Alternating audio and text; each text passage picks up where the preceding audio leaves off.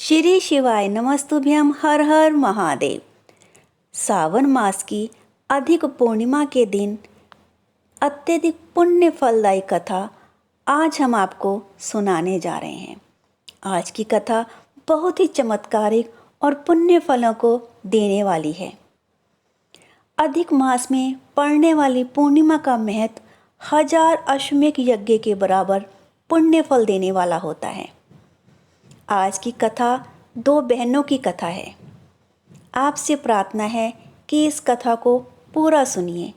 आधी अधूरी कथा सुनकर आप पाप के भागीदार बन सकते हैं। भगवान शिव आप पर क्रोधित हो सकते हैं और आपको दुख और कष्टों का सामना करना पड़ सकता है। तो आइए जो हम कथा सुनाने जा रहे हैं, यह कथा 2 बहनों की है जो कि पूर्णिमा और अमावस्या हैं।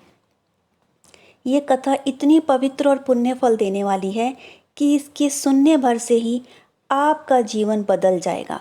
दुख और कष्ट आपके जीवन से दूर हो जाएंगे। सुख समृद्धि और सुखों का आपके जीवन में वास होगा। तो कथा इस प्रकार है। एक राजा थे, उनकी 2 पुत्रियां और 2 पुत्र थे। उनकी दोनों पुत्रियों में एक का नाम अमावस्या और एक का नाम पूर्णिमा था। अमावस्या बहुत ही घमंडी, अहंकारी और भगवान का भजन ना करने वाली थी।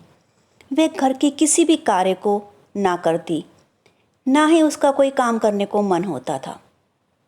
इसके बावजूद उसके माता पिता उसे बहुत लाड प्यार करते थे। वे अपने घर की लाडली और अपने माता पिता की बहुत प्यारी बेटी थी। लेकिन पूर्णिमा को माता पिता बिल्कुल भी नहीं चाहते थे। हुआ यूँ कि राजा की 2 शादियां हुई थीं। पहली पत्नी जिसकी मृत्यु हो गई थी, उसकी संतान थी पूर्णिमा। उसकी मृत्यु के बाद राजा ने दूसरी शादी कर ली थी और दूसरी पत्नी से संतान हुई अमावस्या। राजा के 4 बच्चे अब विवाह के योग्य हुए तो राजा ने पहले अपने दोनों बेटों का विवाह कर दिया। 2 भाभियां घर में आ गईं। भाभियों के साथ घर में हर कामकाज में पूर्णिमा उनका हाथ पटाती, मिलकर काम करती। इसलिए उसकी भाभियां भी उसे बहुत चाहती थीं। और उधर अमावस्या भाभियों के साथ ना तो कोई काम करवाती थी, बल्कि उनसे सीधे मुंह तक बात नहीं करती थी। सारा दिन इधर उधर घूमती, खेलती कूदती और खा पी कर सो जाती। इसलिए दोनों भाभियां पूर्णिमा से बहुत अधिक प्यार करती थीं। अब राजा ने सोचा कि दोनों पुत्रों का विवाह तो हो गया है, अब दोनों पुत्रियों का विवाह भी कर देना चाहिए। तो राजा ने यह बात रानी से बताई। तब रानी ने राजा से कहा कि आप पूर्णिमा के लिए कोई साधारण सा घर देखिए। उसे पूजा पाठ, घर के काम में अत्यधिक रुचि है। वह अमीर घराने में रहती है ऐसा तो प्रतीत ही नहीं होता। उसके लिए अमीर घराना खोजने की कोई आवश्यकता नहीं है। यदि अमीर घराने में जाकर वह इसी तरह काम करेगी तो हमारा अपमान होगा। उसे राजघराने के तौर तरीके कुछ भी नहीं आते। उसका विवाह किसी साधारण गरीब घर में कीजिए, यही ठीक होगा। योग्य वर खोजते हुए राजा ने अपनी दोनों पुत्रियों का विवाह पक्का कर दिया। एक अमीर खानदान में और एक गरीब खानदान में। दोनों बहनों का विवाह एक ही दिन एक ही मंडप में संपन्न हो जाता है। राजा ने पूर्णिमा को विवाह में 1 फूटी कौड़ी नहीं दी। उसे घर से यूं ही विदा कर दिया। और जबकि अमावस्या को धन दौलत, सोना चांदी, हीरे जवाहरात से भर दिया। दोनों बहनें विदा होकर अपने अपने ससुराल जा पहुंची। एक दिन अमावस्या ने भगवान सत्यनारायण की कथा रखी और अपने भाई बंधु आस पड़ोस में सभी को आमंत्रित किया। लेकिन अपनी बहन जो कि उसी गांव में रहती थी, पूर्णिमा, उसको नहीं बुलाया, उसे न्योता नहीं भेजा। सभी गांव की नारियां कथा में जा रही थीं तो उन्होंने पूर्णिमा को पूछा कि पूर्णिमा, तुम अपनी बहन के यहाँ कथा में क्यों नहीं जा रही हो? तो पूर्णिमा ने उत्तर दिया, मेरी बहन ने मुझे बुलाया ही नहीं तो मैं कैसे जा सकती हूँ। तब वह सभी नारियां बोली कि भगवान की कथा में तो बिना बुलाए भी जा सकते हैं। ये तो भगवान की कथा है, इसमें बुलावे की कोई ज़रूरत नहीं। तुम हमारे साथ कथा में चलो। उन आस पड़ोस वाली महिलाओं के बार बार कहने पर पूर्णिमा अपनी बहन के यहाँ कथा पे चली जाती है। जैसे ही अमावस्या ने पूर्णिमा को अपने घर देखा तो वह क्रोधित होकर बोली, तुझे शर्म नहीं आती? तू बिना बुलाए मेरे घर आ गई, मैंने तुझे तो बुलाया ही नहीं, और तू इस तरह फटे हाल वस्त्र पहनकर आई है। क्या तू नहीं जानती मैं कितनी धनवान हूँ, कितना रईस खानदान है मेरा? लेकिन अब तू आ ही गई है तो एक तरफ चुपचाप कोने में बैठ जा, कथा सुनकर अपने घर चली जाना। जब कथा संपन्न हुई तब सभी में प्रसाद का वितरण किया गया, लेकिन अमावस्या ने अपनी बहन पूर्णिमा को प्रसाद नहीं दिया। बहुत अपमान किया अमावस्या ने पूर्णिमा का। इस तरह पूर्णिमा बिना प्रसाद लिए अपने घर की ओर जाते जाते सोचती है कि घर जाकर मेरे बच्चे अगर प्रसाद मांगेंगे तो मैं क्या दूंगी। यही सोचते सोचते वे अपने पति के पास गई और उससे अपने मायके जाने की आज्ञा मांगी, और वे अपने मायके की ओर चल दी कि मैं कुछ दिन भैया भाभी से मिल आऊं। तब वे अपने मायके की ओर जा रही थी तो रास्ते में उसे एक बरगद का वृक्ष दिखा। उसके नीचे एक चबूतरा था। चबूतरे पर एक बहुत ही वृद्ध महिला बैठी हुई थी और उसके पास में एक सूखा हुआ तुलसी का पौधा था। उस बूढ़ी महिला ने उस पूर्णिमा को बुलाया और कहा, बेटी मेरा एक काम कर दो, इस चबूतरे को थोड़ा साफ कर दो और इस तुलसी के पौधे में थोड़ा पानी दे दो, बहुत गर्मी पड़ रही है। अब पूर्णिमा ने चबूतरे को अच्छी तरह से साफ कर दिया और तुलसी में जल देकर प्रार्थना पूजा की। इसके बाद उसने बूढ़ी माँ से कहा, माता अब मैं चली जाऊँ? तब उस बूढ़ी महिला ने कहा, तुम कहाँ जा रही हो? तब उसने कहा, मैं अपने मायके अपने भैया भाभी से मिलने जा रही हूँ। तब उस बूढ़ी महिला ने कहा कि वापस जाओगी तब मुझे ज़रूर मिलकर जाना। अब पूर्णिमा अपने रास्ते आगे की ओर चली। आगे की ओर जाते हुए उसे एक शिव मंदिर मिला। वहाँ पर एक साधु महात्मा बैठे हुए थे। उस साधु महात्मा ने पूर्णिमा को कहा, बेटी मेरी बात सुनो, तुम्हारा क्या नाम है और तुम कहाँ जा रही हो? तब उसने बताया कि मेरा नाम पूर्णिमा है और मैं अपने मायके जा रही हूँ। तब उस साधु बाबा ने कहा कि तुम मेरा एक काम कर सकती हो, इस मंदिर की सफाई कर दो। पूर्णिमा ने तुरंत ही हामी भर दी। पूरे मंदिर की सफाई उसने अच्छी तरह से करी और फिर एक लोटा जल शिवलिंग पर अर्पित किया। तब हाथ जोड़कर पूजा प्रार्थना करने के बाद पूर्णिमा ने साधु महात्मा से कहा कि बाबा अब मैं अपने रास्ते आगे की ओर जा सकती हूँ। तब बाबा ने कहा, ठीक है। आगे जाते हुए उसे एक काली माँ का मंदिर रास्ते में मिला। वहीं मंदिर के बाहर एक बूढ़ी महिला बैठी थी। उसने पूर्णिमा को देखकर बोला, पुत्री तुम मेरा एक काम कर दो, इस मंदिर की देखभाल मैं करती हूँ क्योंकि मैं बहुत कमज़ोर और बुज़ुर्ग हूँ और अब मंदिर की साफ़ सफाई नहीं कर सकती। लोग तो आते हैं यहाँ पूजा करते हैं और पूजा करके चले जाते हैं, लेकिन मंदिर बहुत गंदा रहता है, तुम इसे साफ़ कर सकती हो? पूर्णिमा ने हाँ बोला और झट से मंदिर की सफाई करी। तब उस बूढ़ी महिला ने कहा, तुम कहाँ जा रही हो? तब उसने कहा, मैं अपने मायके जा रही हूँ, और उसका नाम भी पूछा। तब पूर्णिमा ने अपना नाम उस बूढ़ी अम्मा को बताया। तब बूढ़ी अम्मा ने कहा कि तुम वापस आते हुए मुझसे ज़रूर मिलकर जाना। पूर्णिमा ने बोला, ठीक है। ऐसा कहकर वो आगे की ओर जाती है और अंत में गंगा नदी के किनारे पहुंचती है। इस नदी को पार कर उसे अपने मायके जाना था। उसने देखा वहीं नदी के किनारे पर एक बूढ़ी अम्मा बैठी है। बूढ़ी अम्मा ने पूर्णिमा से कहा, पुत्री तुम्हारा क्या नाम है और तुम कहाँ जा रही हो? तब पूर्णिमा ने अपना नाम बताया और बताया कि मैं अपने मायके जा रही हूँ। फिर वह बूढ़ी अम्मा ने कहा कि यह गंगा का किनारा बहुत गंदा है, लोग आते हैं पूजा करते हैं और चले जाते हैं, सब कुछ ऐसे ही छोड़ देते हैं, यहाँ साफ सफाई कोई नहीं करता, क्या तुम इस स्थान को साफ कर सकती हो? पूर्णिमा ने फटाफट उस स्थान को साफ कर दिया और फिर उस बूढ़ी अम्मा से जाने की अनुमति मांगी। तब वह बूढ़ी अम्मा ने कहा, सामने मेरी नाव है, तुम उस नदी को पार करने के लिए इस नाव में बैठ जाओ। तब वह पूर्णिमा उस नाव में बैठी तो नाव में फूल ही फूल बिछे थे। वह देखकर बहुत खुश हुई। मायके पहुंचते ही भैया भाभी उसे देखकर बहुत खुश हुए और दोनों भाभियों ने उसका बहुत स्वागत किया, आदर सत्कार किया, उसको खिलाया पिलाया। और जब अगले दिन पूर्णिमा अपने घर की ओर वापस जाने लगी तो भाभियों ने एक सुंदर साड़ी पूर्णिमा को दी और कहा, आप इसे पहन लीजिए। और इस साड़ी के साथ फिर पूर्णिमा ने पूरा 16 श्रृंगार किया।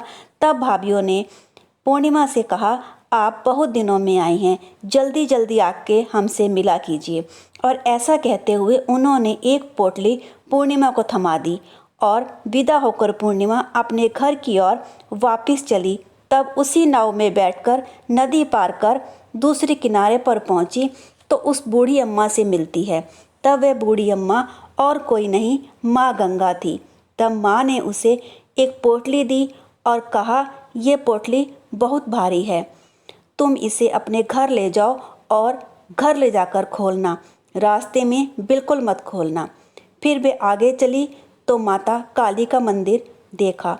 फिर वहाँ बैठी हुई बूढ़ी अम्मा उसे मिली तो वह वृद्ध महिला और कोई नहीं, स्वयं माँ काली थी।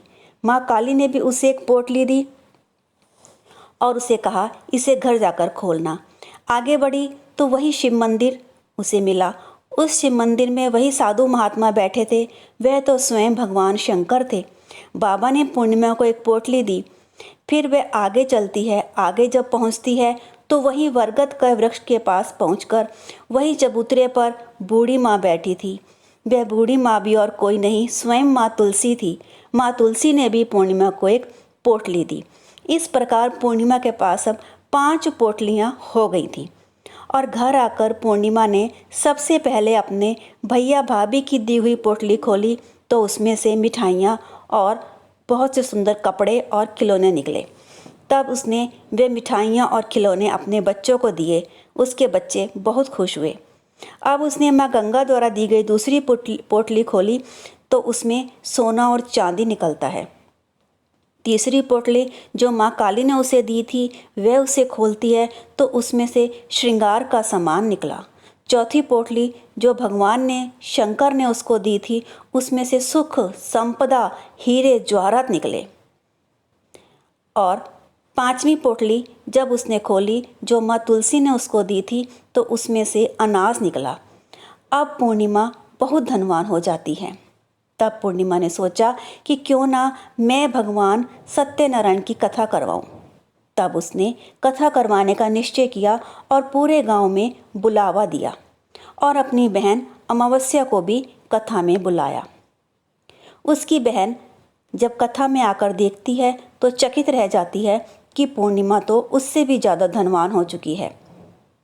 तब उसने इसका कारण पूछा।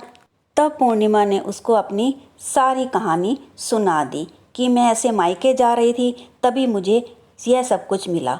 अब यह सुनकर अमावस्या के मन में लालच भर गया।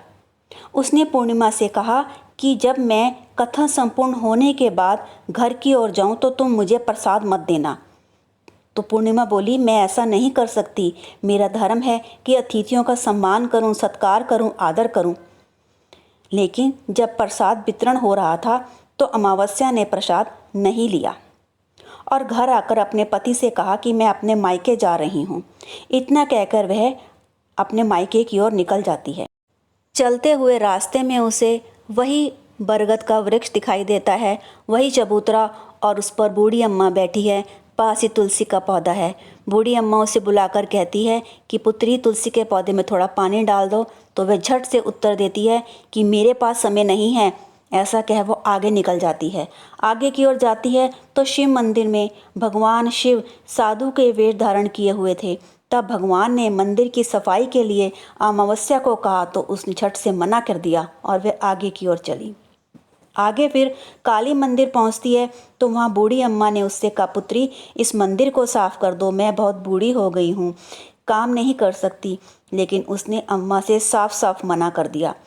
आगे गंगा किनारे पहुँची तो वहाँ पर भी बूढ़ी अम्मा ने उसे कहा कि यह स्थान बहुत गंदा हो गया है, तुम थोड़ा इसे साफ कर सकती हो। अब उसे बहुत गुस्सा आ गया। उसने कहा, मैं इतने सज धज कर, इतनी सुंदर और महंगी साड़ी पहनकर अपने मायके जा रही हूँ, मैं ये काम करूँगी तो मेरे कपड़े गंदे नहीं हो जाएंगे, मैं नहीं कर सकती। इतना कह वह गुस्से से आगे की ओर चलती है और वहाँ खड़ी एक नाव में बैठ जाती है। नाव में बैठते ही उसको बहुत सारे कांटे मिलते हैं जो कि उसके पैरों में चुभते हैं और उसको बहुत दर्द होता है। वह किसी न किसी तरह अपने मायके पहुंच जाती है। जब भाभियां उसे देखती हैं तो बिल्कुल भी खुश नहीं होती। किसी तरह से वह रात में रुकती है, खाती पीती है, बिना किसी से कुछ बात किए, हाल चाल पूछे बिना सो जाती है। सुबह उठकर अपनी भाभियों से कहती है, अब मैं अपने घर जा रही हूँ। आपने पूर्णिमा को एक पोटली दी थी तो मुझे भी वैसे ही पोटली दीजिए। तब भाभियाँ कहती हैं, आपकी पोटली आपके घर पहुँच जाएगी। तब वे चलती है, नदी किनारे जाती है तो वहाँ माँ गंगा से मिलती है। तो माँ गंगा से कहती है कि तुमने मेरी बहन पूर्णिमा को एक पोटली दी थी, मुझे भी वह पोटली दीजिए। तब माँ गंगा कहती है, तुम अपने घर जाओ, तुम्हें पोटली वहाँ मिल जाएगी। आगे की ओर बढ़ती है। फिर माँ काली, भगवान शिव और माँ तुलसी के पास जाकर भी यही बात बोलती है। तब वे तीनों भी उसे कहते हैं कि तुम अपने घर जाओ, तुम्हें वहाँ पोटली मिल जाएगी। अमावस्या खुशी खुशी अपने घर आती है और फटाफट से देखती है कि 5 पोटलियाँ उसके घर में रखी हैं। तब वह एक एक करके पोटली खोलती है, लेकिन सभी पोटलियों में कंकड़, पत्थर, ईंट, रेता, मिट्टी, सांप, बिच्छू निकलते हैं। यह देखकर वह बहुत दुखी होती है। तब वह दौड़कर अपनी बहन पूर्णिमा के पास जाती है और उससे माफ़ी मांगती है और कहती है कि मैंने लालच किया, मैंने बुरा व्यवहार किया, मैं बहुत घमंडी थी, मैंने बहुत बुरे काम किए, मुझे इन सब का फल मिला है। तब पूर्णिमा ने उसे प्यार से समझाया कि हर किसी को प्रसाद देना चाहिए। तुम्हें रास्ते में चारों लोग मिले, माँ काली, भगवान शिव, माँ गंगा, माँ तुलसी, इन चारों को तुमने ठुकरा दिया, इसलिए तुम अब बहुत दुखी हो। बहन, पूजा पाठ किया करो, सबकी सहायता करा करो, किसी से भी ईर्ष्या, भेदभाव, द्वेष ना करो, सभी के साथ अच्छा करो, सभी के लिए अच्छा सोचो, अच्छे कर्म करो, तब देखना तुम्हारा जीवन सुंदर और सफल होगा। इसीलिए हमारे शास्त्रों में लिखा गया है कि हमेशा ईश्वर का ध्यान करना चाहिए, किसी से भी भेदभाव नहीं करना चाहिए, सदा सबकी मदद का भाव अपने मन में रखें, दया भाव रखें, बड़ों व बुजुर्गों का सम्मान करें।